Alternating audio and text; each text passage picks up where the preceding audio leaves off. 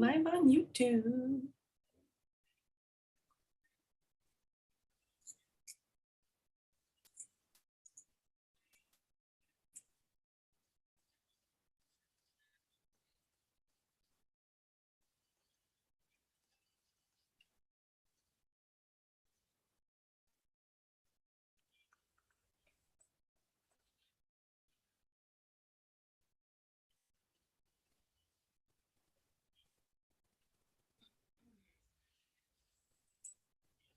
All right, it says we're live. We are. All right. I'm going to wait until let you get things set up. Yeah, trying to get everything pulled up over here.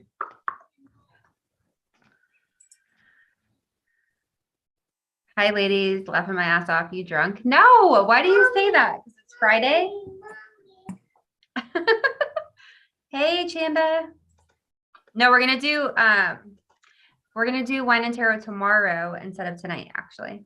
So, but we are having a drink while we're talking. Hey, Krista. Hey. Hello, Roberta. Hi. I'm going to give it a moment for everyone to hop in. I know a lot of people are not getting notified when I go live. So we'll give it a moment. Hi, just call me. Do you have the chat up, Rachel? Yes, on my phone I have it. Cool. But maybe I should get it on my computer so I'm not looking down. Hello, hello, hello. So just so you guys know, we are a bit delayed here in Zoom. Hey, future someone. WD Chuck One. Welcome.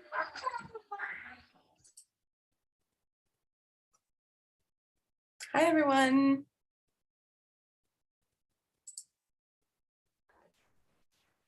Hey, Stephanie. Hello, hello, hello. Yeah, Saturday's better, I think, for wine and tarot because everyone's not just getting off of work. Hey, extra lovely. Hey, Sophia. And we're all going out tomorrow, so we're gonna hop on wine and tarot before we go. It'll be fun. I'm excited for that. But we are having a drink, so cheers to that. Cheers. Cheers. I'm drinking Jameson and ginger ale. And I have a White Russian, Kahlua, and some milk. Some almond milk. That's good. I'm trying to get it on my computer. So we'll give it a minute for people to hop on, but this live is going to be a Q&A, so open Q&A, and we're going to be chatting about divine feminine, stepping into the divine feminine. I get a lot of questions and comments surrounding twin flame connections, which is the divine masculine, divine feminine connection. And a lot of people don't know how to step into the divine feminine to attract their masculine. And so we're going to talk a lot about that today with you guys and answer questions. And we'll wait for Rachel, for you to get your comments up, and then also for more people to hop in before we start. But while we're waiting, you guys, why don't we do the usual? What are your signs and where are you from? Also, cheers. Yes. Greyhound cranberry vodka. Yummy.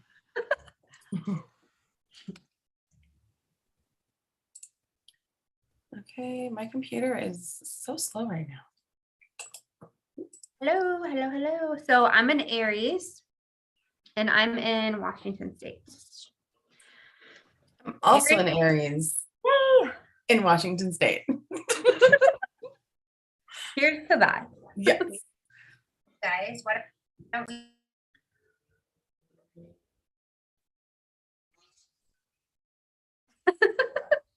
Scorpio, New York, Aquarius sun.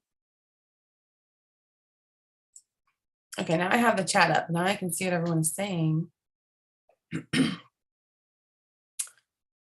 All right. All the Scorpios. My ascending is Scorpio. So Debbie, we're gonna do wine and tarot tomorrow instead of tonight. What did you say? Scorpio?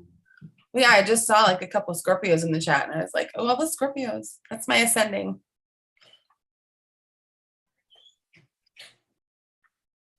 Rhode Island, Aries, Cancer, Leo, cusp, Libra rising, Pisces, Aries from Kansas, Taurus from Canada, New York, Aries, Leo. Just call me. Are you moving to Washington? Is that where you're planning on moving? Oh, fun. Where? Taurus, Las Vegas. That's fun.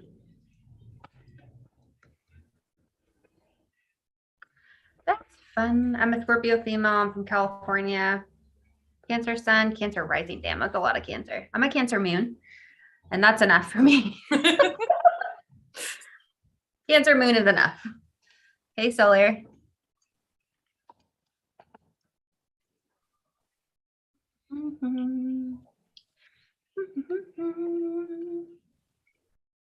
Okay, so let's do a quick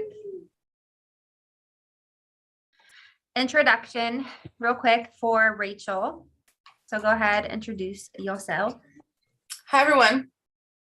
I'm Rachel Jane, or Rachel. I am a divine feminine embodiment activator, so I call myself. I am deeply passionate about women healing the world through healing themselves. Like, that is so much at the core of what I do. I feel like a big part of my calling is doing this work with women to help them really get re-centered and aligned with their divine feminine. The work that I do is centered around empowering women to step into their power and to cultivate a deep love and trust for themselves, to set strong boundaries and to like hold themselves to a high standard of self-worth, and to live their life serving from a cup that is overflowing. Because I think so often we are just fucking tired and living our lives from that place. So I want to help women feel like re-energized and activated in themselves and living from that space. I have a YouTube channel. I have a couple meditations on there. I'm working on completing a childhood renaming meditation that will be up tonight, hopefully, as long as iMovie works in my favor. But yeah, I do activations, and I just also share like healing wisdom on there. So if you want to subscribe, it is the Fire Empress, and that's a little bit about me. I love your name too, the Fire Empress. Thank you. Because we're both Aries. I love it. I like it so much. And the Empress is also my favorite card. So yes, yeah, I like the Empress and the High Priestess. I like both of them. Me too. So yeah, make sure you guys go subscribe to her channel, the Fire Empress. The Fire Empress. And so today, hey everyone, I see a lot more people hopping on, and 33, which I love. That's my number the past few days. Okay, so yeah, girl power, yes. So this is gonna be all about divine. Are you a feminist? Yes. Yes, we are. Yes. This is going to be all about the divine feminine. This conversation, this video will be all about that. So I have my kids here. So if you hear kids in the background, that's why. I'm going to try to like mute myself when they're talking or screaming. But that's a thing tonight, guys. So being a mother is part of the divine feminine. So you're just living into it. Can't help it. It's happening. Okay. So we'll have open Q&A, but also Chubby. No. We're also going to be talking a few we have a few topic points for us to chat about as well. And like I was saying before, part of the divine feminine is the divine masculine and twin flame connections as well. Yes. So what do we want to start with? Do we want to start with like kind of how we define it? Yeah. How we define the divine feminine and how we see it? Yeah, let's do that. I feel like it's a little bit. Oh, go ahead. I feel like it's different for everyone. So it's going to be helpful to like hear the different perspectives. Nice to meet you too, Jess. Jess is like one of the best moderators ever. Here, give me 1 second. Okay. I have I'm gonna put my channel in here. Yes, the Fire Empress. I'm gonna put it in here. I could vibe that you couldn't find it. That is me, the Fire Empress. That is the name of my channel. Hopefully it will let you search it. I am still fairly new on YouTube, but The Fire Empress. yes. Okay, so, and also you guys can tune in too in the chat when we're going back and forth between us and asking questions to each other. You guys can also tune in and answer them. Like, what is the divine feminine for you personally? What does it mean to you? Anything that you think would be anything additional that you think would be beneficial for other people to hear? I don't know why that was so difficult for me to articulate. Yeah. But yeah, anything else that you guys feel like would be beneficial for other people to know and what it means for us too. So, oh yay, I love that. Thank you. So do you want me to start? Do you want to start? Do you want me to start? Yeah. Okay. Hey, Kai. Sorry if I mess up your name. So for me, I feel like divine feminine is all about stepping into your power, stepping into spirituality, stepping into being 100% comfortable in who you are, like in your own skin. I feel like divine feminine is very much like being in a space of self-love, self-care, having spiritual boundaries, nurturing, right? Nurturing yourself, nurturing other people, showing compassion for people and situations and places. I feel like it's like, if you think about it, it's like the perfect mother or like your highest self or like your highest form, right? And so being in a space of seeing everything with love reminds me of the Empress, right? Yeah. So if I could describe it, I would describe it in that way. Yeah. I absolutely like all of that. And I want to just like add to like it is seeing it through love and through femininity and nurturing and compassion. And there is also like still a sense of empathetic assertiveness, like with setting boundaries, like spiritual boundaries. And one thing that I really love to do is take the spiritual concepts and like try to ground them into the world that we're in. Hi, Taurus moon. Try to ground them into the world that we're in. So it's also about like holding fierce boundaries in your life, like with the people around you and within yourself too, and really like honoring those boundaries and keeping the vows that you set to yourself. And I love that. I love that. Yeah, like it's about truly living in that, and also understanding, because it's such a big piece of the divine feminine is the flow.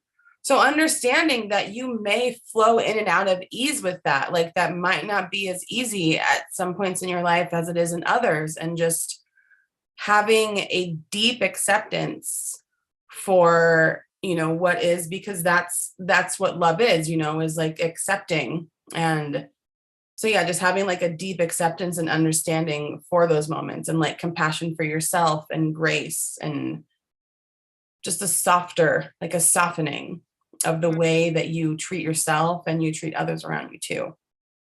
Yeah, I get that too, like softer, and like it's like more nurturing, because if you think about it, like there's a divine feminine, divine masculine, and it's a duality, right? And so we all have bits and pieces of both, but also, like you said, like the softer side. And so I think that's like a really easy way for people to visualize what it is. Yeah.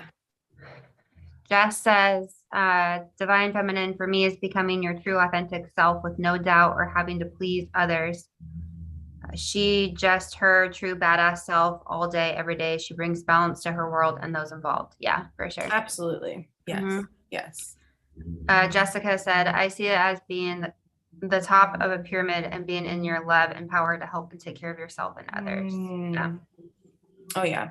Mm-hmm. Sunny's asking, what are spiritual boundaries? So spiritual boundaries are like super important. Spiritual boundaries is like being very clear and direct in what you're accepting into your space and into your energy. Because we are all in control of everything that happens. It's knowing that we are protected. It's knowing that what we will allow and what we won't allow, right? And so having spiritual boundaries is super important for anyone, but especially when you're getting into a space of tapping into like your spirituality and your divine feminine, it's very important to have boundaries the same way you would with people around you, what you will accept, what you won't accept. It's important to do that in the spiritual realm as well. Yeah, absolutely.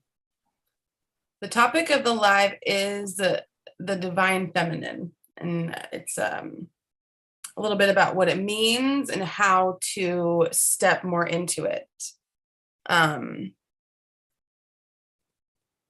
Yeah. Anything else you want to add to that, Kenda? Or Light Girl? I just noticed that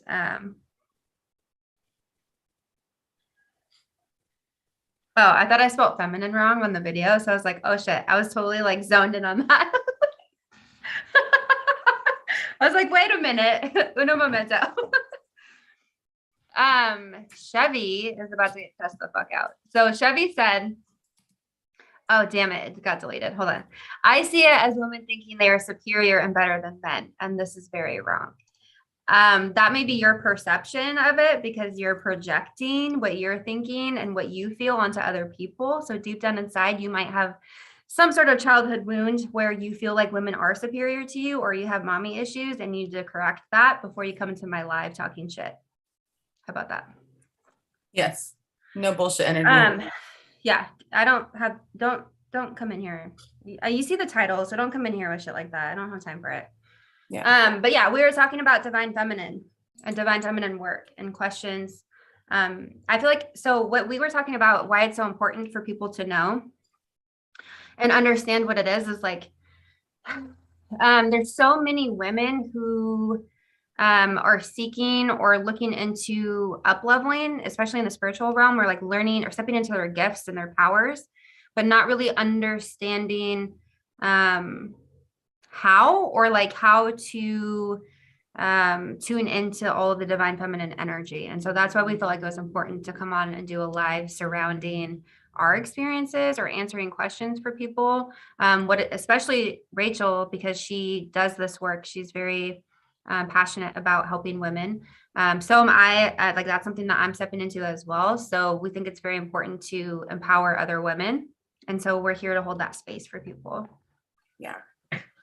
And there's so much conditioning like against women stepping into their power. So it really, like, I feel like it's so important, especially right now, especially with the current climate, especially with just everything that our world is facing and everything that's going on universally. Like this world is in need of some motherly healing. Like it's desperately in need of it. Whew. And, like, that's why I'm so passionate about it. And anyway, another piece to this that I don't know if we touched on yet, but like the divine feminine is also about like being emotionally in tune and intelligent and like, yes, being empathic, but also like being in tune with your own emotions and knowing like what you are feeling. So you're not living from like a trauma response or triggered space, like holding space for your feelings within yourself. So you're not then, going out there and just projecting onto others. Like what just happened. Yes, exactly. That's why I brought it up. Like it literally is about like doing the work for yourself first and holding that divine space for yourself, like in the feminine with the softness, like I was mentioning, with the love and care. So you can provide yourself like healing, and And then if you struggle with that, like, reach out for help, get resources. Like seeking help is also an act of femininity, it's, so there's that too. Is there anything else you want to add? Maritisa said, I felt so selfish when I first started my journey to heal my feminine. Did anyone else feel like this? I feel like it does feel like that for a lot of women. I've seen this a lot actually recently, where women feel selfish for putting themselves first. And that's because we're conditioned to think or believe that if we, like, let's say we leave a relationship or we leave a marriage and our kids, we're from a broken family, or we leave someone because we're unhappy. Now we're selfish. Like, I feel like that's conditioning, but I feel like a lot of people can resonate with that. A lot of people do feel like they're being selfish when they're putting themselves first. Absolutely. And like 100%, it is all conditioning, because here's the truth to that. Like, if you're not putting yourself first, then you are expecting other people to put you first. So like that is inherently selfish within itself. So it's like us as women, especially putting ourselves first, like then all of the relationships that we have, like we are serving from that space, from a space of knowing we have the capacity to give, the capacity to serve. So then there's not, hurt and resentment like within the relationship. So they're like pure and really truly loving. So that's why it is so important to put yourself first, because then you're like actually grounded in love, because you're grounded in love for yourself. Mm-hmm. And that's why they always say, like, fill your own cup up before you can fill somebody else's up, right? Absolutely. I didn't feel like I was selfish, but I was definitely told I was. Yeah, that's other people projecting onto you. If someone's telling you you're selfish for doing this, or you're this for doing that, or they're projecting their beliefs onto you. That's their own shit. Yeah. And someone else, like, if someone is mentioning that to you, then they are wanting you to stay the same for their selfish reasons. So they're coming from a selfish space. So I'm just saying that to further validate the projection and explain a little bit. One thing I saw, Alan said, I just want to add that the divine feminine has no gender, or knows no gender. And absolutely, like girl said, it's like we have the duality of the feminine and the masculine in all genders. Like all genders have this duality. Like, yes, like, obviously we are presenting super feminine, and we still have the duality of masculinity, like 100%. So I thought that was a good point I want to speak to. Yeah, that is, 100%. And Chevy, I'm very curious as to why you get triggered around divine feminine and why you think that it's women hating men. Like, where did you get that from? Like, why is that what you're coming up with versus like we're talking about the divine feminine? Not that we hate men, but I'm just curious, like, why you feel the need to comment that. So, Dean said it's a balance of divine feminine and divine masculine that we all need to have. Imbalances are the problem. Yeah, there should be a healthy balance between the two, for sure. But I guess we can talk about that on a different live, divine masculine. But right now we're more so focusing on the divine feminine.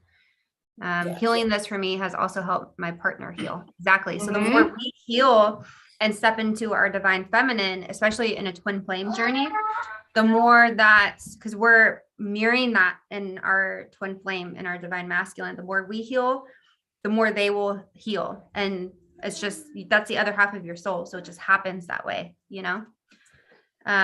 Yeah.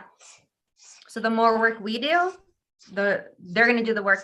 It's the same thing on a spiritual level. We all do the work. Yeah. So the more work we're doing for ourselves, the more we're going to benefit our twin flame, essentially.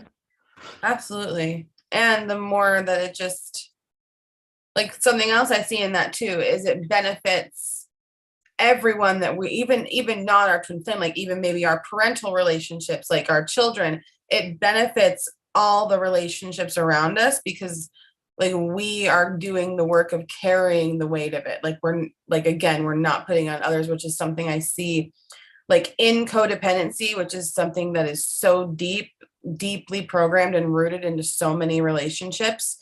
Like that dynamic of thinking that, you know, you get to put all your problems on another person because you're in a relationship with them. Like that is dissolved when one of you decides to step into the divine, you know, feminine or masculine. It gets dissolved. So there's that too. Hey, Kai, I feel like maybe a lot of feminists portray the hatred towards men through jokes, etc., but it's not true at all. A true feminist believes in equality of both sexes. Yeah, it's a duality, you guys. Like it's the same, not the same thing, but it is a duality. Yeah, absolutely. And I think too, like in society, I mean, if you look back at history, like women have been treated like shit and we haven't been able to fully step into our power. Like, and even now there's still so much like collective resistance to it. I mean, we can see dude in the chat. So it's like, it's been such a power play like between these two, and the world is not set up for the feminine. Like the world is set up for the masculine. So it's like you have to be in, you know, the like more in the masculine energy to create success in this world, which is a big reason why I wanted, you know, why I stepped into being an entrepreneur, because I can create my own way. But there's so much like conditioning and programming toward like the masculine is the right way to do things. And if you can't, you know, meet these standards, then you're not good enough or whatever. So there's that in the collective as well.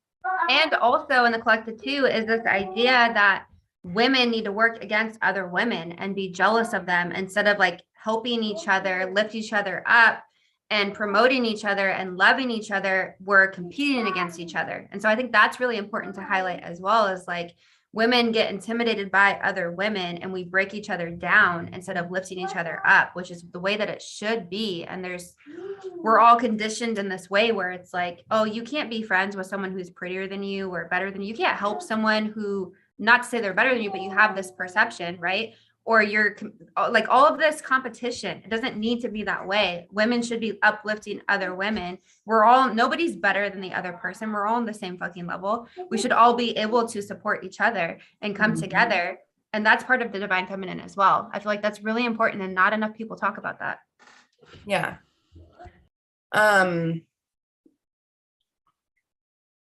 Absolutely. It is not enough people do talk about that.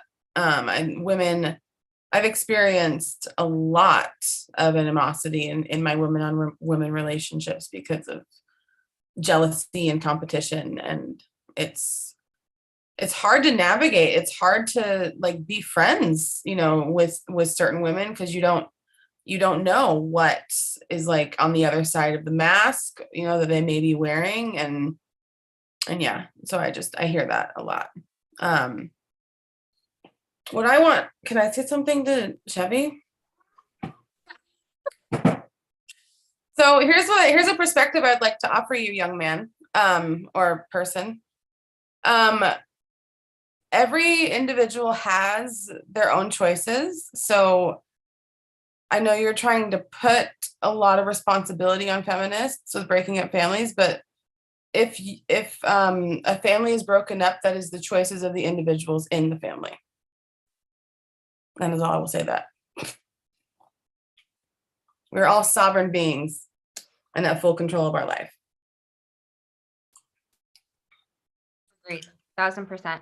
Jess said, I'm a true believer. What you put out, you get back. So if you hate, that's what you get back. So when we give love and growth, we get that back. Yeah, 100%. We are the creators of our reality. AM's here. That's the girl I was telling you is really good with astrology. Oh, okay. Nice. Yeah. And Chevy, I think you have a lot of like healing that you need to do because you're projecting a lot of your shit into the divine feminine right now, and it's not cute. It's not. And if you're single, it's probably the reason why. Or if you have relationship problems, it's probably the reason why. Yep. It's amazing how there's this like thing that women want called respect, and men like to get really mad that we actually want to be respected. But we deserve it just as much as anyone else. Hey, I'm all right with astrology. You're the fucking best. You're legit. Yeah, she was teaching me earlier, teaching me stuff that she said that she learned from you. So it helped me a lot. Little bit, yeah. I was talking about, but it made a big difference. Yeah. You need to start a channel. Yeah, keep being in the victim mentality will keep you down for sure. Yeah, absolutely. 1000%. Another thing that I feel called to speak on in regards to the divine feminine, because it's like, obviously women can have children, but not all women can have children, and like fertility is part of it. But like I, for instance, don't have kids yet. And I feel fully embodied in my divine feminine because I'm still like creating and bringing life to other parts of my life. And that's how I see fertility, is it's life bringing. So it's like we as like the feminine energy is about bringing life to this world. We are life bringers. And having vaginas, you have an easier access to bringing like actual life. And, if that is like taken away because of medical reasons or whatever, I just want to speak to like, it doesn't make you any less feminine. You can still put your like creativity out into the world through art, through, in any way, shape, or form, however you want to express your soul. Like that's what fertility is. That's what true abundance is. And the Empress is all about being creative in that creative space, birthing new ideas, or new projects, not just babies. So yeah. Yes. Birthing life. Yes, birthing life doesn't literally need to be life. Yes. Right? Babies. Yeah. But it is a different, I look at that as like another initiation that you can go through as a human. Do we want to open it up for questions, or was there any other points that you wanted to make? Yeah, I think we can open for questions. Yeah, if anyone has any questions surrounding divine feminine, now's your chance to ask. Feel free to ask away, or any comments.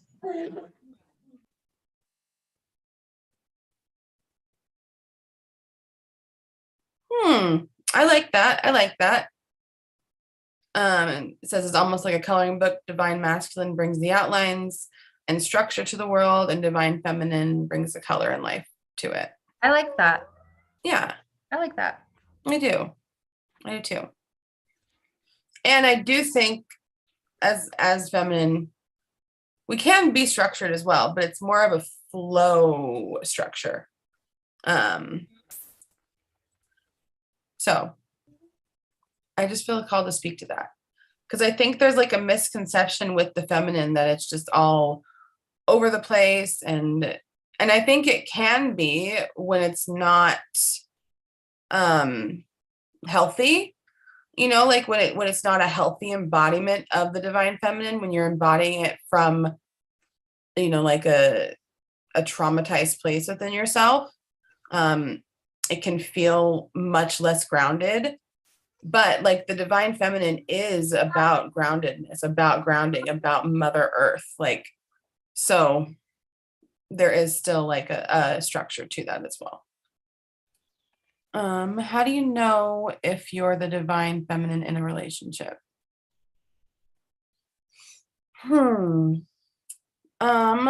I think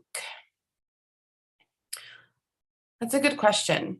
The way that I would see it would be really like, what energy are you embodying with the person that you're with? And it might take some, soul searching and really like kind of taking an inventory of the relationship. But I think it really is like about kind of looking at, am I being nurturing to this person? Am I holding a grounded space? Am I being, am I responding to them like from empathy? Or am I responding to them like from a place of strategy? Am I responding to them from a place of like wanting them to gain momentum? Or like it's conflict, like yeah, that too. And more of ego versus compassion. Yeah. So I feel like that's kind of how you can like determine. But it really is like about what traits you're embodying within yourself. That's how you can see. And from my experience, I've been in a relationship for 12 years with a Pisces man. And we flow in and out of those states a lot. Like sometimes I am in my masculine with him, and sometimes he's in his feminine with me, and sometimes it's vice versa. It's not always the same, and sometimes like the first half of the day ends completely different than the second half of the day. So it's yeah. Do you have another anything you want to add? No, but Jonathan's asking a really good question. What would be some characteristics in a male when they're in their divine feminine energy? You're a Pisces, Jonathan, so I feel like you're naturally more feminine. Happy season. Happy Pisces season. I feel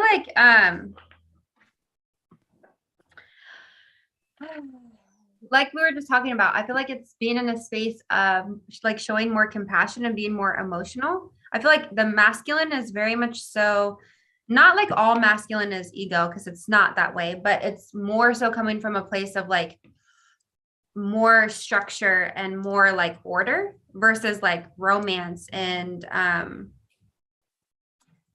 emotions. You know what I mean? And so when you're balancing the two, you have like an equality when it comes to being romantic, being emotional, and having structure at the same time. You know what I mean? Yeah, absolutely. And I think I think that is what it is. Like it's like about what, like I think like the characteristics are the same in a man. Like are you showing compassion to your partner, or are you not really caring about what they're saying? Like, are you listening to them? Like, are you actively being vulnerable? Yes. I don't know why that didn't come to me. Good. I forgot. Yeah. Kai. Yes. Thank being you. Vulnerable. 1000%. And that's a really big piece of the divine feminine is the vulnerability. Yes. Like, and I think really anytime, here's a, I don't know what to call this. Here's the thing. Anytime you are going to your partner and you're bringing them something that like you want to address with them in the relationship, you're in the divine feminine. As long as it's like something, as long as it's in a space of love, I should say, like if you're coming to them and you're like mad, maybe not. Although, but I don't think so. Like, I think like if you're coming to them from a place of love, from a place of like wanting to find common ground between the two of you and find compassion for each other's understanding, like that is what I think like it would look like how it would look in a relationship. I love the vulnerable piece to it because like I feel that so much is like the characteristics would definitely be being vulnerable, like being open, especially as a man, like in your divine masculine, being vulnerable would definitely be a characteristic for your divine feminine. Like, and it's so sweet. And like, yeah, I love that. That's like the best way to fucking describe the characteristic. Yeah, for sure. Yeah. 100%. And I disagree, Chevy. I bet on my left hand that any normal woman would hate to date a man with feminine characteristics. I disagree, actually. I think that the more evolved women would probably agree with me that it's more attractive to have these feminine traits and qualities in a person because it does allow more vulnerability and it does allow stronger connection and growth. And it does allow a space for you to feel safer too with that person because you're matching each other's energy. Not to say that you have to be more feminine to match energy, but again, it brings in balance. Most men are like conditioned to be these masculine emotionalist men, or not to show emotion. So when you meet these men who have more emotional, softer sides, I feel like it's a turn on. I mean, correct. Same. I mean, I don't know. I feel like I disagree with that statement 1,000%. I do too. I mean, like, you know, less evolved me may not, but like, I absolutely disagree too. I think I want a partner who has emotional intelligence and who can like understand when I'm hurting. I want a partner who has the capacity to hold space for me. And Yeah. I think, And express it and being able to communicate what they are feeling, because not a lot of men do, to be honest. No. And that in itself like brings problems to a relationship. And I don't want to go down that rabbit hole, but it's just like open communication in a relationship is so important. And the grounds for that is safety. And what provides safety is understanding. So knowing that your partner can understand your emotions is huge. Like it's huge for the foundation of like every relationship. So boom. Yeah. So I would say I disagree with that a little bit. What else do we have? Yes, Jonathan. Basically, they say they love some romance and good communication. Yes. Communication is a huge piece. Women do not want a feminine man. I mean, that's your, Dean, that's what you believe, but I feel like it depends. You say women, are you talking about all women? Because I just explained, like, I don't feel that way. So not every woman feels that way. That's your perception. When do you guys speak for women? I know that's your perception. And you don't even date men as a woman. So you don't have the perspective. Please stop. That's not even what this conversation is about, bros. Okay. This is exactly why it's important to do stuff like this. Yeah. We're literally trying to give perspective. Do you have any like questions and not just you? This is a Q&A, not an opinion and answer. We want questions, not opinions. Right. So feel free to ask a question, not just project your shit into our live. I mean, I'm down with adding my perspective, but we'll go in circles all night, and I don't really want to do that. Yeah. That said, yes, and not to be ashamed to express their emotions. I love for men to express that more. It doesn't make you weak by any means. It's a beautiful thing to see. Yeah. Facts. Yes. It makes you stronger, I think. Like from a woman's perspective, like when I see a man expressing his emotions, like I think he looks stronger. I think he looks like he can handle more. Yes, more attractive. It's more of a turn now, but that's what I'm saying with someone dealing with like us being evolved women. Like maybe when we were younger, like that's not attractive when men cry, like that's conditioning. Now that we're evolved and we're grown, it's more attractive. I would any day prefer a more feminine man than someone who's not, than a man who's not. Like I don't even care. Yeah. I mean, don't care. No. AM said, I have masculine energy and I dated feminine men. They were outwardly masculine. Submarine officer, construction manager, plumber, but were huge crybabies behind closed doors. Only masculine women like to date men with feminine characteristics. I mean, I disagree. I feel like I'm more feminine than I am masculine, and I still stand with everything that I said. So I disagree with that. Same. But what I wanted to say, like, I think that's even like another glaring reason why this is important, because when we are embodied in the divine feminine, we can hold space for that within our men so that they don't have to like put on this show to the world, so they can actually like be their true selves with the world. which like I want that for men too. That's just not the work that I do. But like I literally like I want everyone to do like, you know, whatever they want, whenever they want. Like I want like people to feel so liberated in being who they are and to not have to live up to these like stereotypes or these conditioned like responses that we think we have to do. Like I want like male on male bonding. I think that is so important, like actual bonding, actual emotional bonding. And that's definitely divine masculine. It's not what we're talking about here, but I just, that's what that stepping into the divine feminine though, like breeds more grounds for the men to then step further into their divine masculine too. You know what's really funny, Dean? There has to be the devil's advocate or the show would be a drag. We got y'all riled up. Honestly, a lot of you in here have been with me for a long time. And if I was riled up, I'd be acting a lot different than I am right now. So I don't think so, but I don't know. I feel like honestly, like if you're going to keep going in circles, I'm just going to block you because I don't want to deal with this shit all night. So cut it out respectfully. Stop. Be a grown up.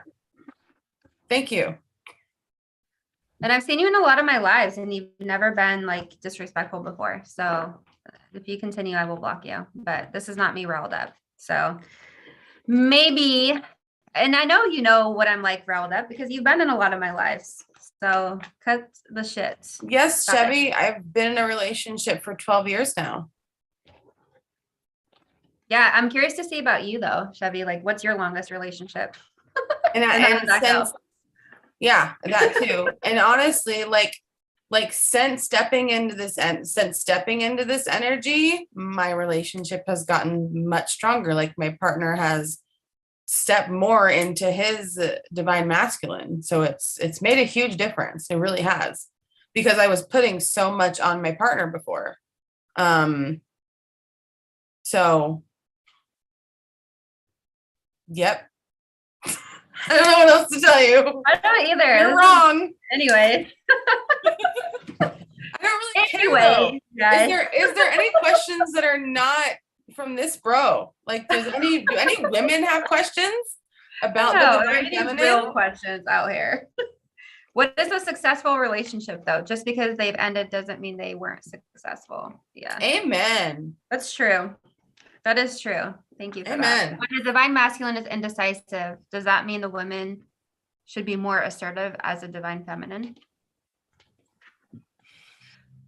I feel like yes. I feel like that's where your boundaries come into place. I feel like if someone's indecisive, and I mean, I guess it could go either way depending on the situation itself, but I feel like when the divine masculine is indecisive, I feel like that's where your self-love and your boundaries come into place. So yes, I would say you should be more assertive during that time. Yeah, I think so too, because again, these are energies that, like, when you're in a relationship, oh, it's all good. These are energies when you're in a relationship that both of you will navigate. Like, they're kind of energies that you'll share. And I think especially, like, I don't want to go down the twin flame rabbit hole, but especially like in a twin flame relationship, I think you guys will absolutely like bounce back and forth between the divine feminine and divine masculine. So it's like, if your partner's being indecisive, like it could be that, you know, they're embodying like the feminine more, and maybe they're wanting you to like step up and help them. And it could also be maybe they are in divine masculine. What? Oh, I was looking for Maritisa, your question. I remember reading it earlier and I was like, oh, I meant to answer it, but you resetting it. Thank you for that. How do we know our divine feminine is hurt and how do we heal it? The way that you know, and Rachel, I'm sure you have additional things to add, but for me, the way that I know, like things that come up for me when I'm hurt and how to heal it is like triggers. So what's coming up around triggers, like, and what pain have I experienced in relationships and why? Like, why do these continuous patterns keep showing up in relationships? being cheated on, being not good enough, being rejected, feeling like someone's getting picked over me. Like why does that keep showing up in my life? So the repetitive patterns is one sign. And then how to heal it is figuring out what emotions come up when those things happen, when those things surface in our lives, what emotions are coming up and where did that stem from? Probably childhood or previous traumas. Where did that stem from? And realizing that and healing that piece of like, where did it stem from? How did it happen? Why are we holding on to it? Healing that, right? Yeah, absolutely. Like all of that. Another piece that I see, and like codependence will be a huge theme, like in all of your relationships and in like, yeah, in all of your relationships, and you will like attach very quickly to people, or like to, potential partners. And accept less than what you deserve. Yes, accept less than what you deserve, not setting any boundaries, like doubting yourself, really like letting other people step all over you, which again goes with boundaries, but different energy. Like really it is sorry, I saw what dude said and it threw me off. But really it is like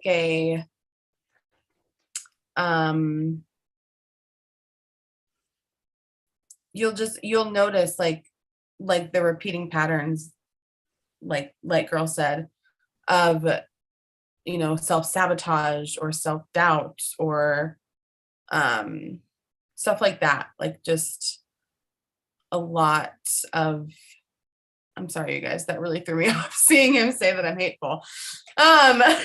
You're welcome, you accomplished something today, bro. That's really did unblocked, so you're welcome.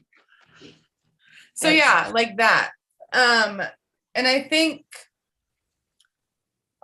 how to heal it is literally what like girl said, like going back to the part within yourself that was first hurt with that. And like almost always it's back to childhood, back to adolescence, back to before we could choose for ourselves, like before we knew who we wanted to be, or like before we even knew who we were. So all of that. I love how you said codependency too, because I feel like that's a huge red flag that a lot of us have that we don't really realize until we start tuning into repetitive patterns. You know what I mean? Like if we feel like we can save people, or we feel like, again, we're giving more to a situation that we're receiving in return, if we are waiting for someone to choose us, if we are putting up with less than what we know we deserve, that's all codependency. Thank you. And that's a red flag for us to know that we need to do some healing. Yeah. And it's really easy to fall into it because it's so deeply conditioned, for on both sides.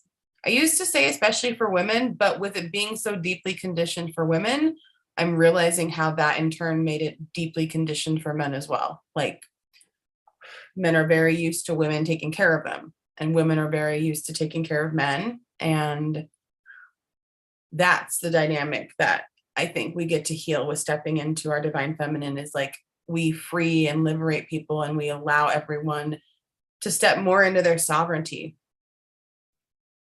Hi, Kai. What was your question? I tried to scroll up and see it, but I couldn't find it. What was your question? Roxy said, how do you detach from a twin flame? Whew. You got to do a lot of, I don't think you ever truly do disconnect from a twin flame, to be honest. Probably not. The other half of your soul. You can do like cord cutting out the wazoo. Yeah, but I don't think you can truly disconnect because you'll still feel their energy. I think the best, like you will feel them, and I know I hate the way this is gonna sound, but just try your best to focus on moving forward. And yourself. The more healing you do for yourself, the more it's gonna heal them too at the same time. Yeah. Go inward, do the work within yourself, like figure out the wounds that were stirred up and mend them. Yes. Bum, bum, bum.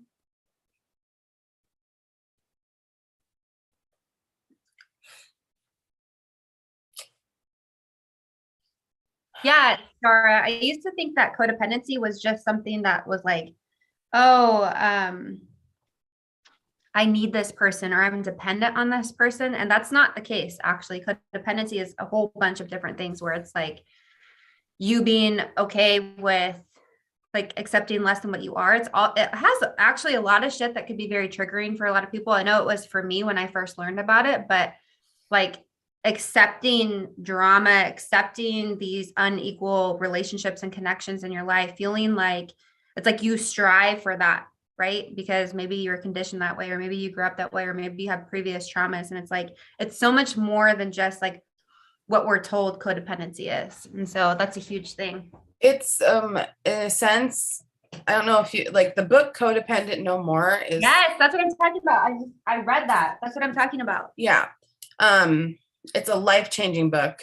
It's painful, but it is life-changing. And I feel like at the root of it, it's like you can be one of two people in a codependent relationship. You are either the person who needs to be needed, or you're the person who needs someone.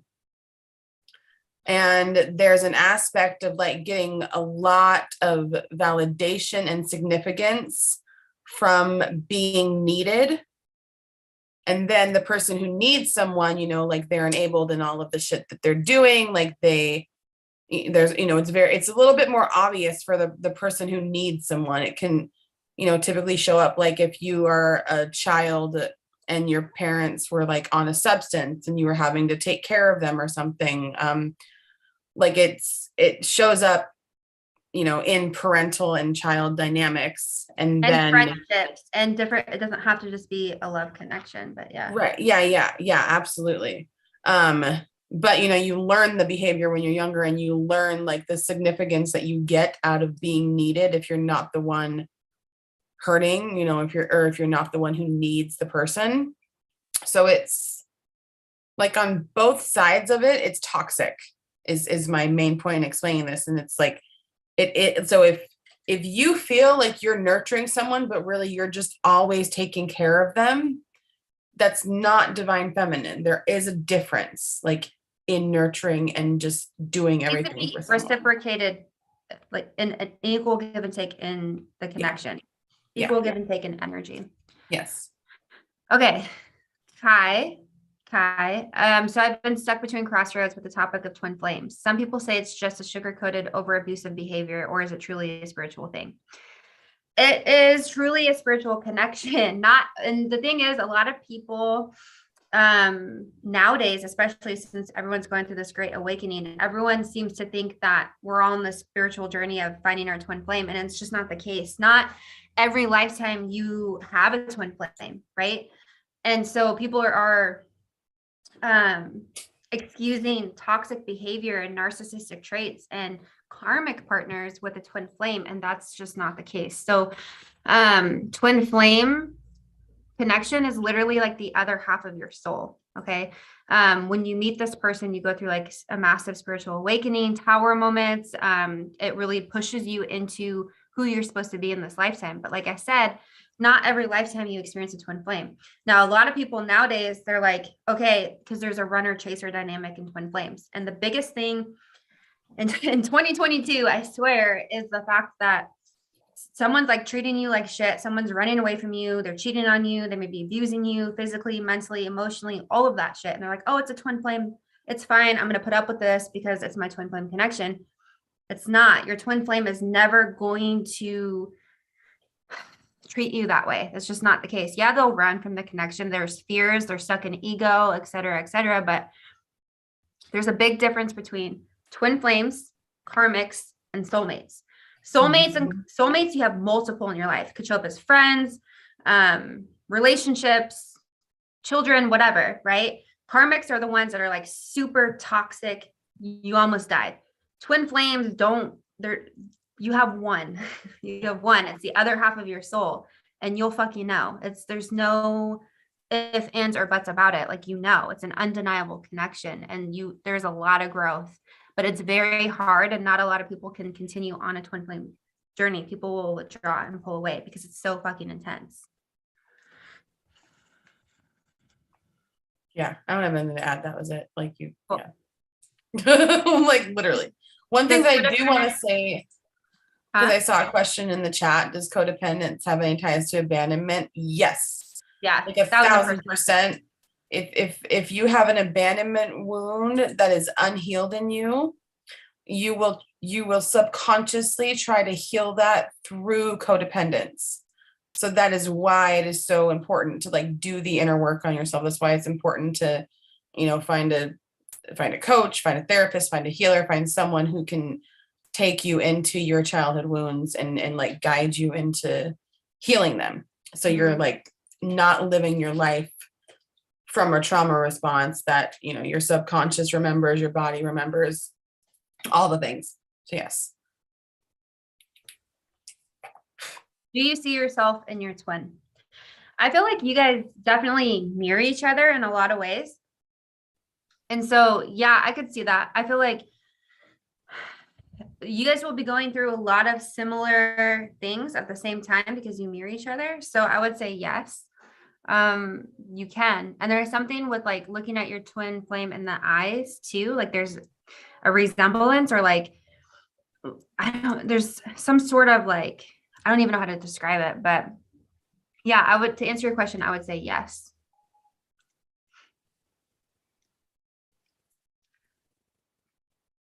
Whenever I mention it, people like to talk down about it. It's because people don't understand. When you're talking to people who are not woke, or people who don't understand what that journey is, or they're not ready to hear it, they're going to project their shit onto you. So just don't worry about it. Yeah. And that goes to show, look at tonight, Chevy, and the extra comments we got tonight. Like, it's the same thing. When people are not ready to hear it, they're not ready to hear it. And that's what happens. That's them, not you. And so you can choose how you show up to respond to it. But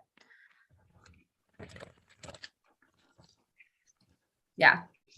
And also, I will say, like, choose to show up how you respond to it. Yes. And like, remember, it's not always your responsibility to respond to it. Like, it's not always going to be your lesson to teach people, because some people are just not ready to learn it. And I'm here to give water to horses who want to drink. So I've been connected to a person since I was 19. We've had ups and downs. Of course, I still feel he is my person and we are meant to be, but he's now married to someone else. Could this be a karmic? He's WTH. It could be a karmic. It's, it could be a karmic.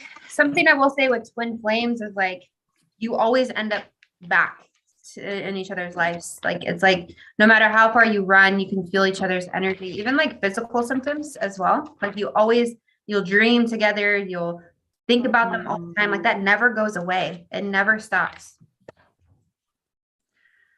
Will your twin flame ever realize they've met their twin?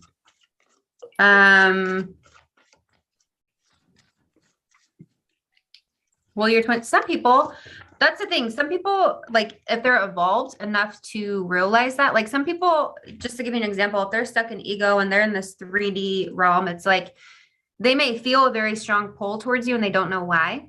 They feel a strong connection towards you, but they don't really know what it is. They feel like they can't stop thinking about you, or like they feel fuzzy, or like they feel the intensity, but they don't really understand why. Like, there's that aspect of it.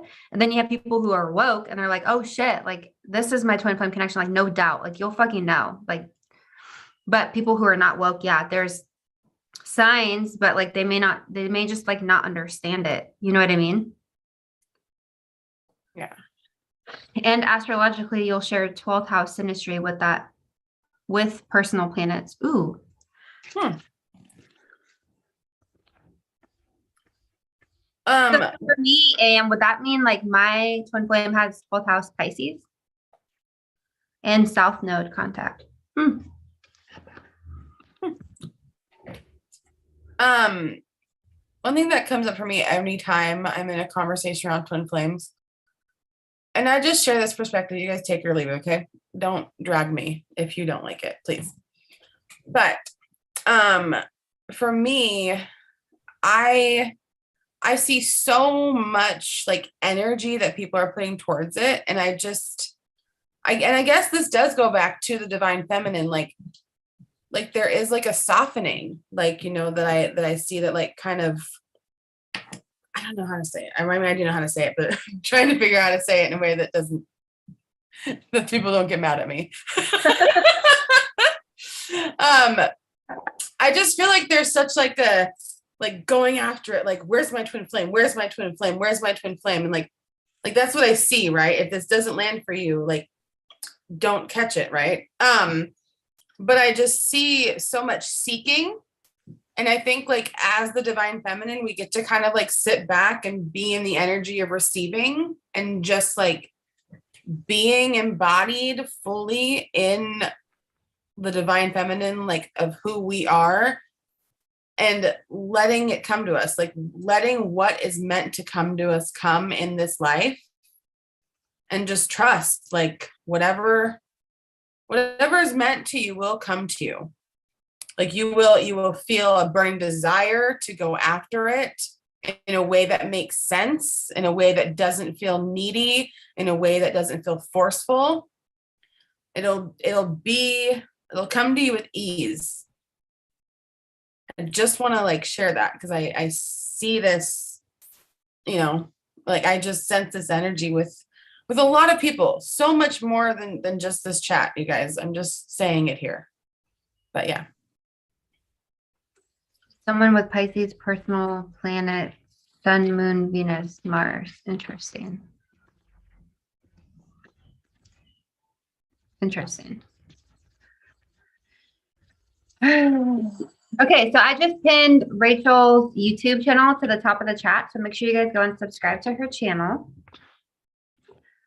There will be a inner child meditation on there, which will go perfect with like healing a lot of the stuff that we're talking about. And I'm also going to be creating a divine feminine activations where I speak like mantras and affirmations a bit faster, and you just kind of like let the words wash over you and into your being and mind and heart, body, and soul, all the things. All the things. All the things. Come. It's gonna be a good time over there. And I'm learning tarot also. So I do intend on using that there as well. You know, like the more seasoned I get in it, the more I'm gonna be using that gift there as well. So all the guidance.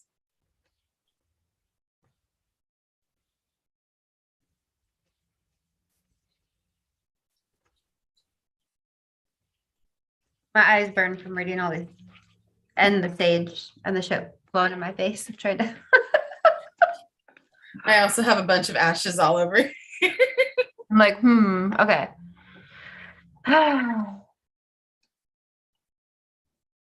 Any other questions?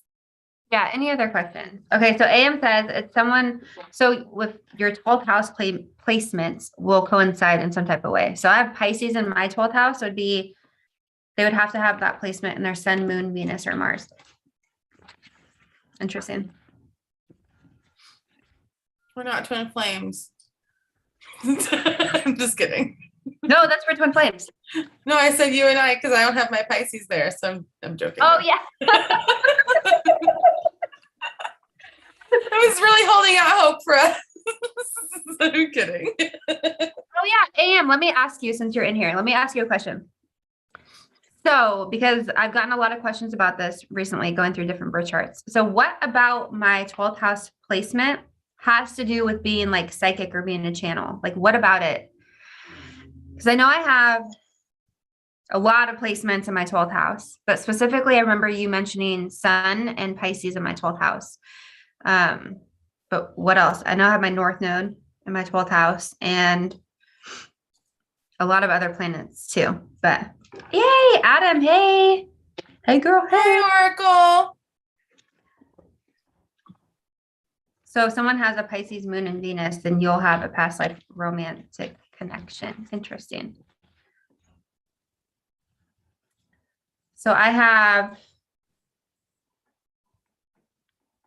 okay, so for my 12th house, I have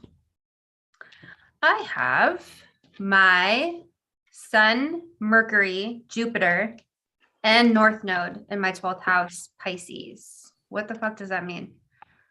Mercury, 12th house, and Pisces are ruled by Neptune. So, Jess. I could do it earlier, but I can't now. Did you hear mine? I don't know if I can. Yeah, I heard it. Okay.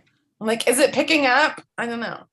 Yeah, but so you have a direct line to the spiritual realm, but what about it like, is that the sun in my 12th house? Or because I have Pisces in my, what is it? Why is that? I was trying to explain it, but I didn't really understand.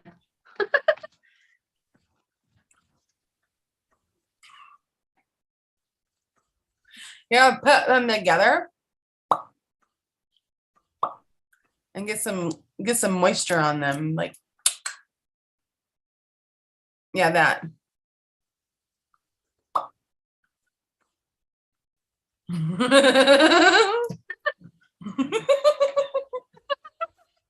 I did that bop thing all week because of Adam. It's a fun time. No, that's good, AM, because I was really curious. Like I was trying to explain it. Mercury, 12th house in Pisces, it's ruled by Neptune. You have a direct line to the spiritual realm.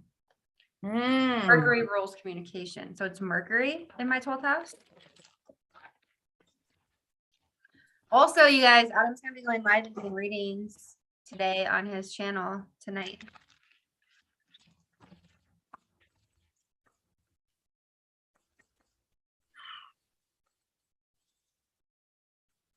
Okay, now we're gonna work together on the mouth pop thing. We're gonna help you because I know how bad you want to do it. I get so frustrated. I'm like, what the fuck? It's the Aries. Why I get it. Like, why can't I figure it out?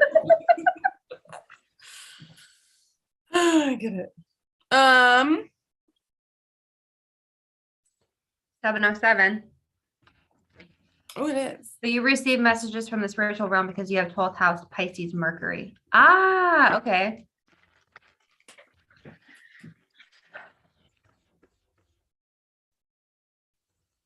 June is an asteroid.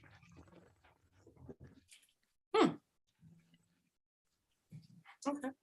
Juno. Penny, hi. Hi, Penny.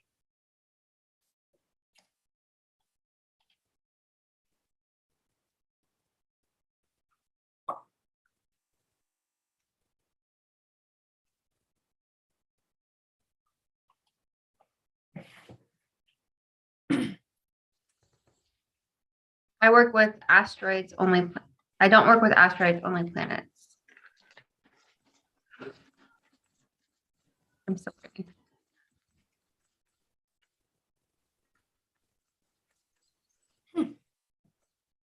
Told you. Okay. Should or can a divine feminine forgive a divine masculine without him apologizing? I feel like for anyone, not even just divine feminine or divine masculine, you should always forgive, even without accepting an apology, because you forgive for yourself, not for other people. You know what I mean? So you're not holding on to that grudge or holding on to the resentment. You know what I mean? Yeah, 100%. And I know it's hard because some people can be really terrible, and it's like girl said, it really is for ourselves. It's important because it's such an energy drain to hold on to like resentment and hurt against someone. Mm-hmm. Wine and Tarot is tomorrow evening, probably around 4 p.m. I'll have Rachel and Adam here, and we're going to be doing Wine and Tarot live together. I don't know how we're all going to fit over here, but we'll make it work. We'll figure it out. We'll make it work. I can bring a stool. I have a I little have, pink I stool. have stools. I just don't know how like we're all gonna like do wine and tarot. I guess we'll figure it out. Yeah, we'll make it work. We'll figure it out tomorrow. It's happening. Maybe we'll have maybe the Adam can do like the camera and then it'll be easier. Oh yeah, that's a good point. Yeah. Yeah. Yes. Yes. Oh, thank you. Is it Maritza? Maritza. Maritza. Maritza. I'm grateful you're here. Yeah, same. Thank you. And yeah, Adam's gonna be going live on his channel doing readings at some point tonight. I don't know what time he's in here. Adam, what time are you going live? Make sure you guys go follow Adam's channel too. He's on here. I have the Oracle. Yes. I need to get signed into my channel on my computer. It's signed into my other account.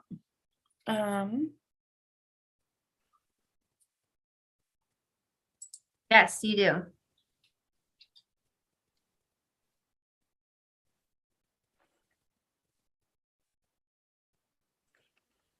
Okay. All right, guys. Any other questions? Yes. I can't believe Or we've been on this comments? Zoom for 5.5 hours. Is that not crazy?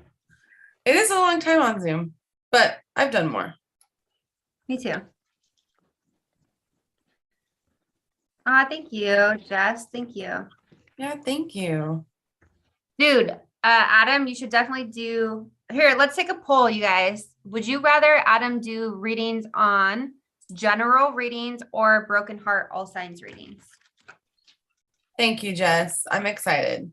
He'll be on in the next 15 minutes or so. Okay, cool. Well, got a broken heart right here. Oh. Aww.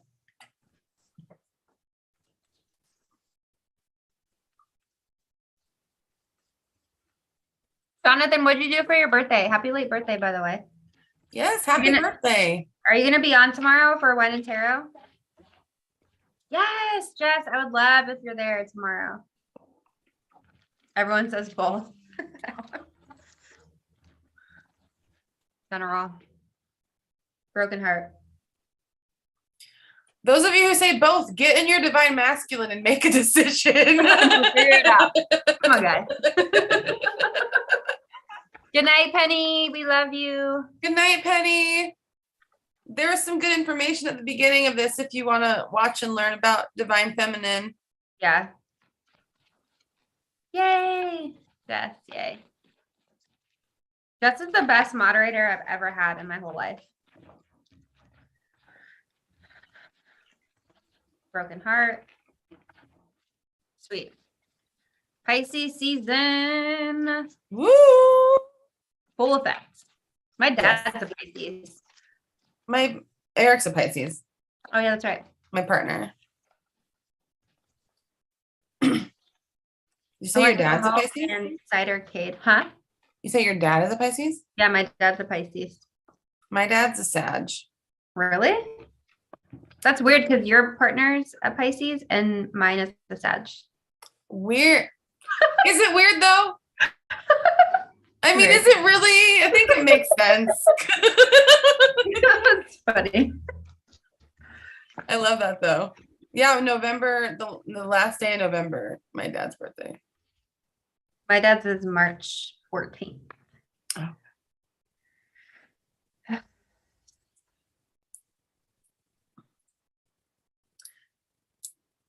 I think, like, girl, we're planning on doing another thing like this.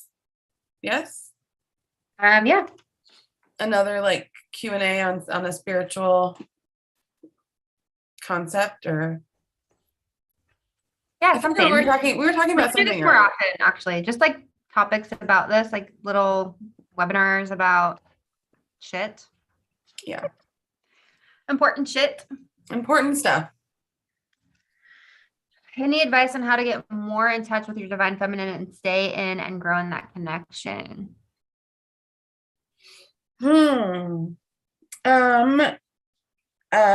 The first thing, like Jessica, that's a really good question. And I think like daily rituals, like making it a priority in your life, like setting up a time where you are intentionally connecting with spirit, with God, and asking for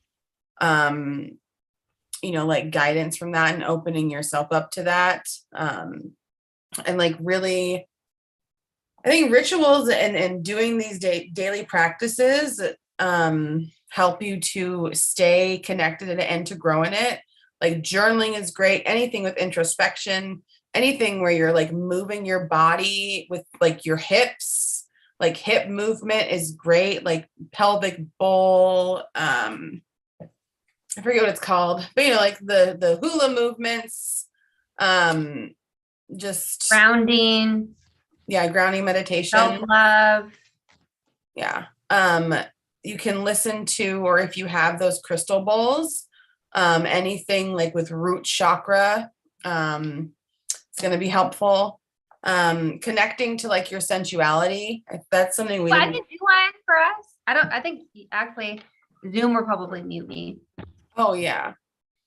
I know you have one though. They're so fun. Okay? Oh my God. Yeah, your bowls are dope. But like connecting with like your sensuality is another thing we didn't touch on, but that is a part of the divine feminine. And for me, like when I'm in that energy and when moving my body really helps. And then I go and like create from that space. And that helps me to, find out more about myself, which is growing. And yeah, anything else that you want to add? Like, girl? Yeah, I would just say like specifically like self-love, healing, right? Which we touched on earlier. Like there's a lot of healing work that goes into it. Like learning how to love yourself, because a lot of people struggle with that. I know I have. Grounding, like a lot of grounding work, and tuning into your purpose and your intuition, I feel like is really important. Your higher power, connecting into your spirituality, and your intuition, your higher self. That's a huge piece to it as well. Because I feel like you become like a whole different person once you cross that bridge, and so I think that's important. Yeah, absolutely. Another thing that came to me too when you were speaking, something that like when I started this journey, something that I did like every day as a ritual, and it was really uncomfortable at first, but I would like touch every part of my body, and like for self-love, like I would touch every part of my body and tell it like I loved it and tell it why, like give it, like I like that. Yeah, it's not like it's hard at first, but the more you do it, like the more, the easier it gets and the more comfortable it gets. And so like that was really, really helpful for me. And it's something I go back to when I can tell that I'm struggling. Also.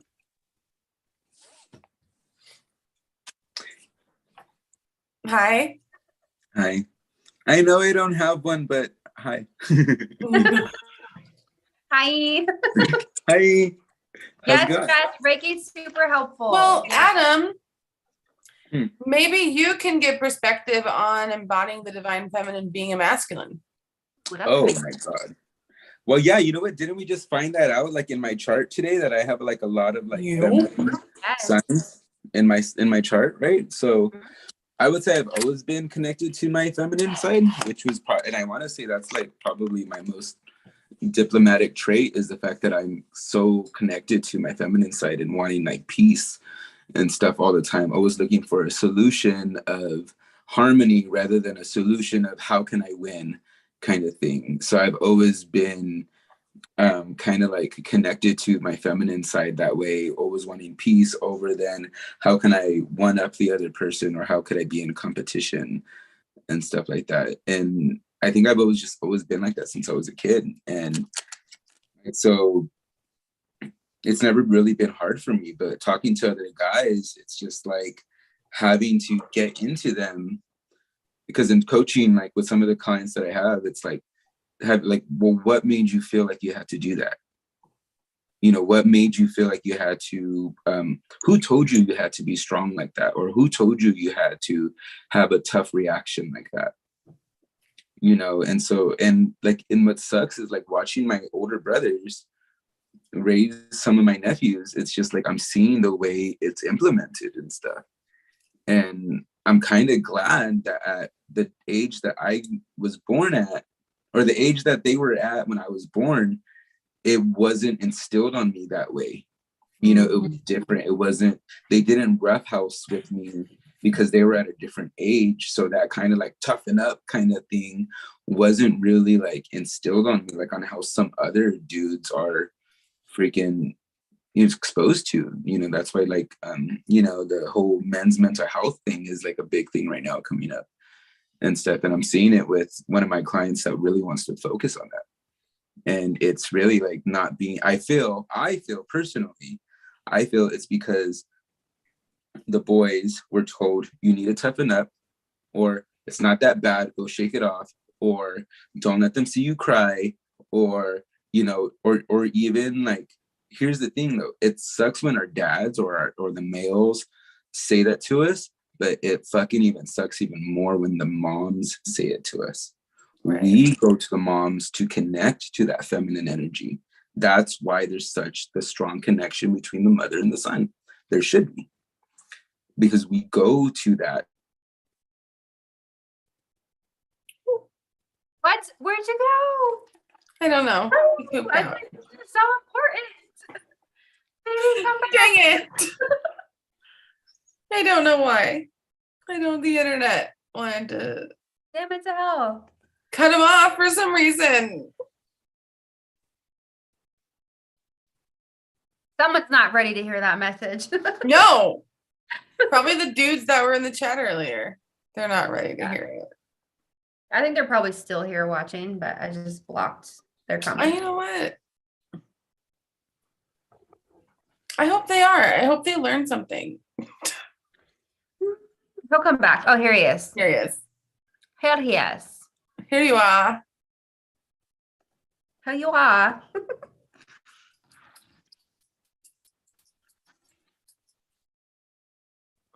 Yes.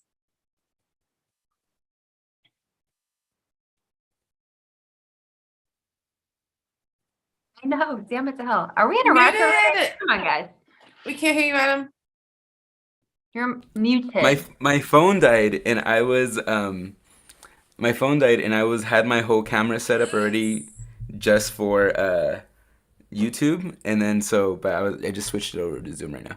But hi, no! Anyways, so like the boys go to. I was just finishing. Can you hear me now? Yeah, you're good. Yeah. Oh, there we go. Oh yeah.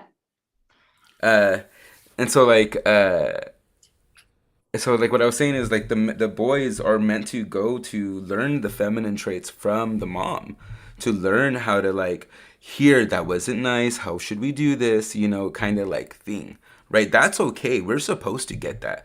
We're supposed to learn that. We're supposed to also learn discipline and structure from the dad.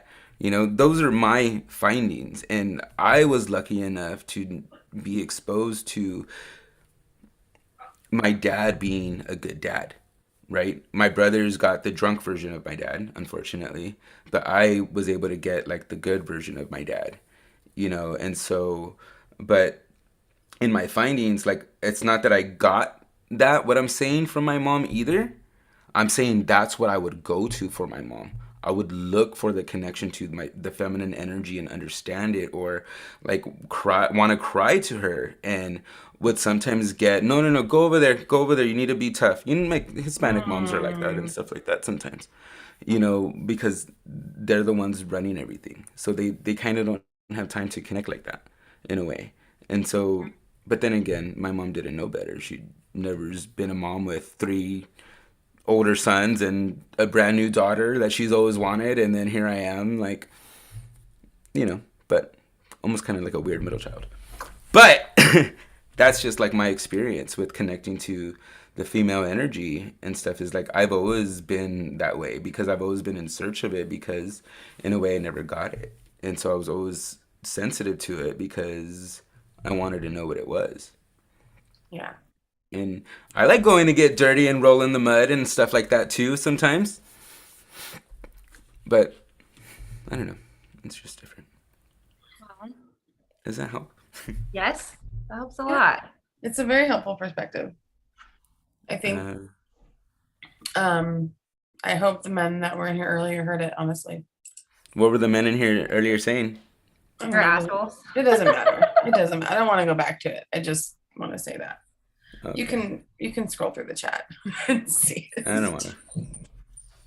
Um, But yeah, and I think, well, see, in that sense, it's like it's those men that probably got exposed to too much masculinity and not enough femininity, you know, or seen, you know, enough of what happens to men that are exposed to ridicule and stuff like that. And, you know, I don't know, there's a hero gene that needs to be activated when they see someone being treated wrongly. And so most of the time that's not activated because out of fear of being ridiculed. But then there's some Right. people where they do like back that person up, you know, and it's just, you know, just growing up under those circumstances and stuff. It's different. You understand a lot. yeah, absolutely. Yeah. So Well, Yeah. thank you for speaking on that. yeah, and that's just my, you know, there's, and Maritza, you know what? You're right. It was like that in my household too. Like all the men were served first at the dinner table and stuff like that, and then the moms and the other women like ate second. But when they ate second, that's when all the cheese men. That's when all the gossip and all the like real shit went down when the women sat down at the table and stuff like that. So Well, that's what I knew of it, anyways. I've seen that too, actually, in my husband's family, because he's Hispanic too. And it's interesting to like see that side of like your guys' culture too, because growing up here, like I never saw that before. So I never really witnessed it. But with my husband's family, like they're Hispanic, they're from Mexico, and seeing the culture difference where the women serve the men and like everything revolves around men and the sons and the differences between the sons and the daughters, and like how sons take precedence over the daughters. And it's just like, it's so interesting to see how all of that is, you know, like it's I don't know, it's different. And I found myself even like trying to like mold myself in those ways too, to like fit in, you know, initially. And it was like, I came to a point where I was like, what the fuck am I doing? Like, this is not me, you know, like no, this is not who I am. But like a lot of those qualities, like growing up, my mom was never that way, like not very like motherly, and not like, I learned so much from my husband's mom about being a mom and being like a woman, that it was like, I respected her so much that I saw myself like molding myself to be that way. But at the same time, like, yeah, it's so fucking different. So I know what, I know what you're talking about. It's like it's like a conditioning thing. You feel pressured to like you're beneath men. Like you stay home with your family. The men get to go out and do whatever they want. They get to cheat on their wife. They get to do whatever. They take care of everything financially, but you take care of everything at home. And it's just like old school days. You know? And there is like my grandfather was a freaking player, man. That's where I swear I get it from sometimes. But like my grandfather was like a slickster, man. He had girlfriends left and right, you know, but there was 13 kids at home to take care of that my grandmother was like, I got shit to handle. Bring home that fucking check and shit like that. We got to fucking do shit. You know, things like that. And you know, that, well, at least I remember that's what hearing the stories and stuff. But like with my dad was probably had a drinking, main thing was that he had a drinking problem that my mom just wore her out, and they eventually got a divorce and stuff like that when I was like 15. But like in that, like up until a few years before the divorce, my mom still like served my dad all the time, you know, just it was part of the thing. But one thing, even though it was at home, my mom would eat alone at the table because that was just, I need to just be by myself kind of thing. I don't care if I'm eating by myself. I just want to be by myself and enjoy my food.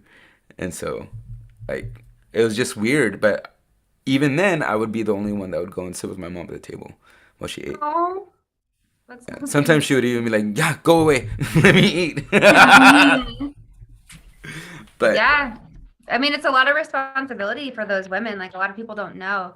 And especially like one thing I've learned about like the Hispanic culture is like those women, like they make everything from scratch. Everything is just like 100%, like there's a lot of dude, pressure on them. so I say this, and I say this really strongly, and I've said it to Rachel Jane. I think you were here too, or the last time I said it. And I say it very strongly. This whole influx on empowered women and rah rah rah. Yes, cool. I'm there with you. But I'm like, stick and hold to it, even when it gets fucking tough. Because once it gets tough and you start all, nah, you're not being an empowered woman. I could fucking call out an empowered woman because I was raised by one. I might not be a woman, but I was raised by one and I know what it looks like. And so, like, that it's just like, it's that woman that just gets fucking shit done. That's it. And that's like, that's all I was raised by. That's all that I was around. So it's like, yeah, the men might have been served first and made sure they got the best parts of the meat or whatever, da, da, da, da. But when the women sat down all together, like when at family gatherings, the women all sat down together, and that's when all the real shit started to happen. Like, what's going on? What are we planning? What's the family doing this? What's the family doing that? Like, while the husbands were out having their beers and stuff like that outside watching the kids, the women were inside planning all the stuff. Yeah. Mm-hmm. I hear you, and I want to speak to this though, because like yes, it is women getting shit done, and there's still like in that there's still like an energy of like resentment because we're having to get shit done because it's The expectation. Yeah, it's an expectation, and that is not true empowerment. Like empowerment is not doing things because you're expected to. Like at least for me, like I think there's a difference in like getting shit done in your life because it's what you want to do versus like managing other people's expectations because it's culturally what you've been like taught to do, or like because it's a trauma response, whatever it is. Like empowerment is it's very different than, you know, like trying to meet other people's expectations and doing it from a place of like pure love, right? Like doing it from a place of like, I'm doing this because I want to do this, and I'm doing this with like, because like I find myself doing the same things like at home, like cooking from scratch, because I love like that brings me joy, being able to serve my family and like cook from scratch. Like I love doing that, and cleaning, and like because I want my kids to have, you know, whatever, like it doesn't feel like an expectation. It feels like I'm doing this because I love them and I'm doing this, but then I also have like all the shit that I'm doing like business wise as well. So it's like finding balance and doing that. And then also something that a lot of women forget is like also doing that and celebrating yourself and doing that and finding time for yourself and like finding a balance in all of it. And like, yeah, there's something there with expectations though too, like, because I've felt that before and it feels so shitty, like having those expectations, but it feels so different now. Where I'm at right now, it's like I don't feel those expectations. Like I do this because like I enjoy it and I love doing it versus like, I don't know, if I feel like someone has an expectation, like I just won't do it. Like I'll just be like, fuck you. Like, no, I'm not doing this. Right. Because it doesn't feel good, you know, but if it does feel good, then it's like, but I see what you're saying too, Adam, like women that get shit done, like, no, well, don't get me wrong. Like I said, my mom divorced my dad when I was 15. Then the real shit happened where she had to really take care of me and my sister.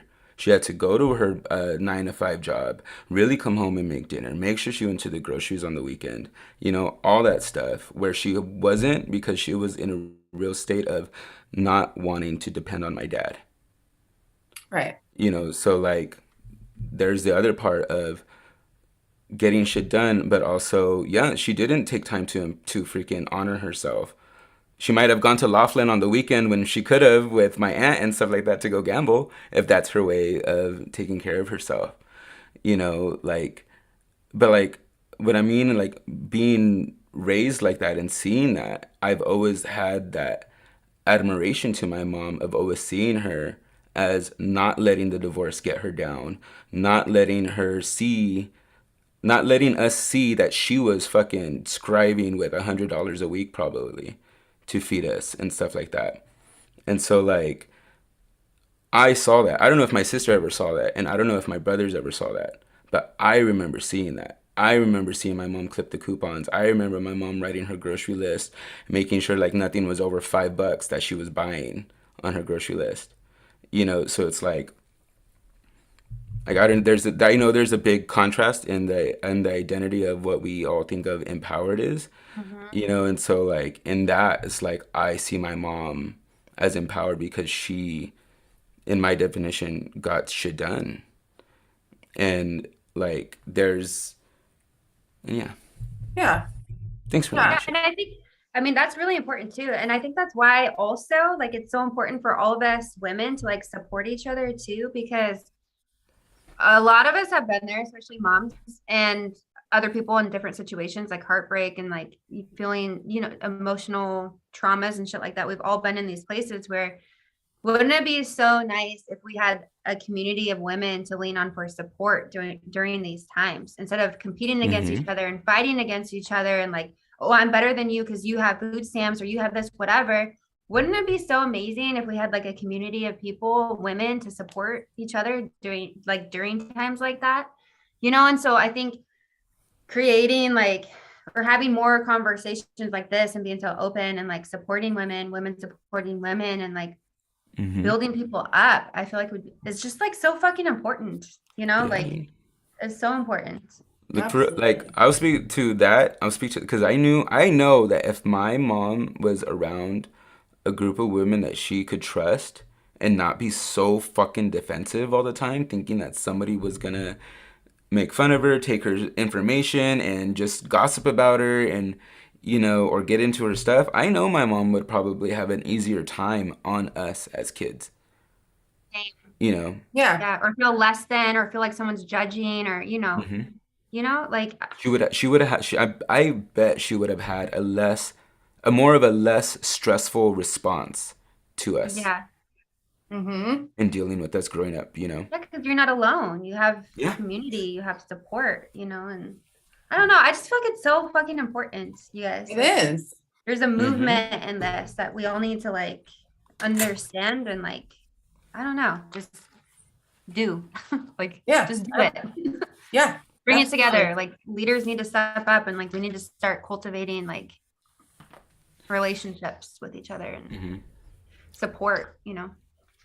Yeah, it's Totally so important because like I think especially with the climate that we're in and how like so many people are falling into poverty right now, and it's so hard for so many people to like stay afloat and keep things going. Like community is the only way for some people right now, you know, to be able to take care of their families, like for, you know, single mothers. Like I see mothers all the time, like on TikTok who are like working a full-time job and having to do DoorDash just to make ends meet. And they barely do that. And like, it's devastating and heartbreaking. And like, the only answer that I see is community in this, because like we have to come together and find a better way together. And there's been so much like separation energy in the collective over the last few years because of like COVID and everything. And it's been hard, I think, to get back to like a support with one another just in general.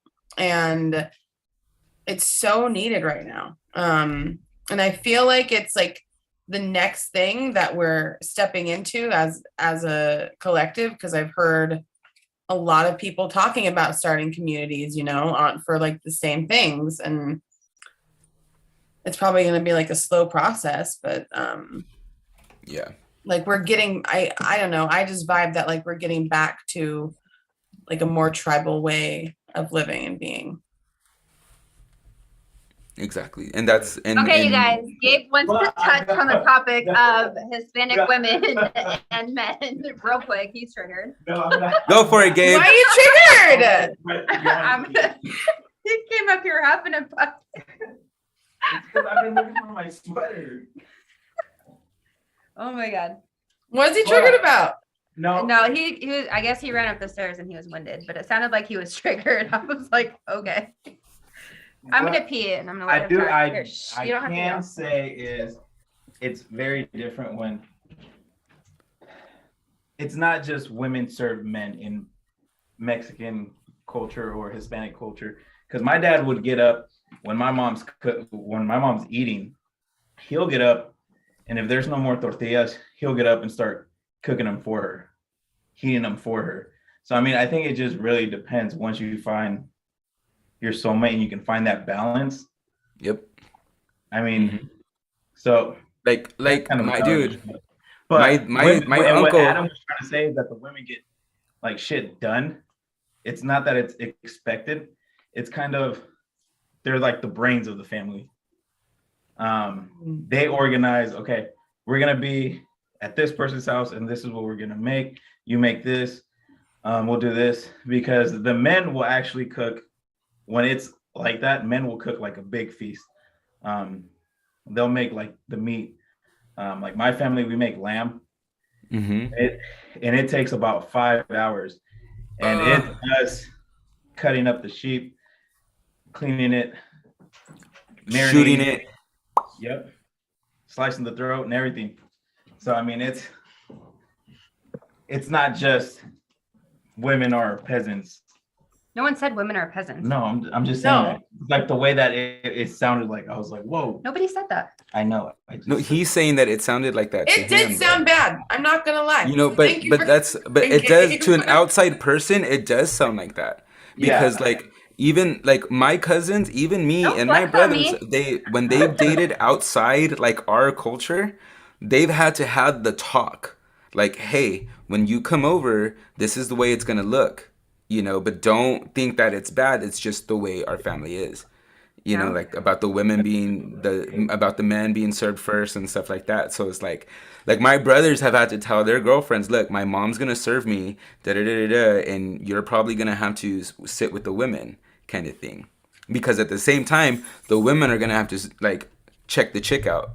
Same thing as the guys, that when the girls bring their boyfriends over and stuff like that, they know already. That boyfriend sits down with all the men, and the daughter like serves them right away, you know, or the mom does it for the first time, you know, and so it's like a cultural thing. It's just something like, but like my brother, his wife got, cause she's Hispanic, like full blown Latino all the way, and she like got it. She like told him, no, Andrea, it's okay, I'll serve him. Knew it right away. Served him and everything. They were dating only for like a few weeks or so like that. But it was just like fucking, it's just a beautiful thing in the culture in a way. Like, I've honestly had one of my dreams was to be able to bring a boyfriend over, and he got it and just like was part of the culture and just like knew it, and that's like it, and vice versa. Like if I go over to his house, it would be the opposite. I would be the one that would serve him, kind of thing, because it's just like the part of the culture thing. And that's like one of my I so wish that would happen, because it's so cute. It's like but a thing you're of both love. men, you'd get served first, so I don't understand. It's a thing. It's just a thing. No, I'm not. I'm saying I don't understand how in the situation you just explained, like if you had a boyfriend and brought him over, like you would both get served at the same time, right? We would. His mom probably would have us sit down together and sit down like that. In that sense, it depends on who he is. If he's like feminine trait and seen as like that way, we would probably both sit down together. But if I felt like he was more masculine and I noticed and I assessed the situation, then I would go off of my best thing, you know? So like, and him too. but it's just something that also we would talk about. Like, you know, do you guys do this at in your family and da da da da da. You know, so it's talking about it. Yeah. Yeah. I was just Now he trying. gets up and gets us food sometimes, and my mom, when he first did, I told me go serve him, and I told he has hands too. Oh, this girl. And here's the thing, though. One time, my brother brought a girlfriend over, and she didn't serve him by the third time she's came over. All my aunts talk shit about her, and just like, cause it was just a thing. It's just funny. Like some of the. It's fucking awesome. I'm sending you love. Thank you for being here. Bye, Jess. I love your hair. Anyway. And her pink. I love that pink. Okay. Is there any other questions from the chat on divine femininity? Oh, never mind. Wait, you have a question? No, I'm just kidding. All right, I'm gonna go though. I'm gonna go and I'm gonna get my mind ready for what I'm gonna do tonight. Okay. What are you It's getting doing, late. Adam? Tell the people. What are you doing? You know what I'm doing tonight, guys? Okay. Let's heads or tails it. Heads, broken heart, love readings. You're already Tails, wearing pink. Broken heart. tails. Use general the readings. signs that are available to you.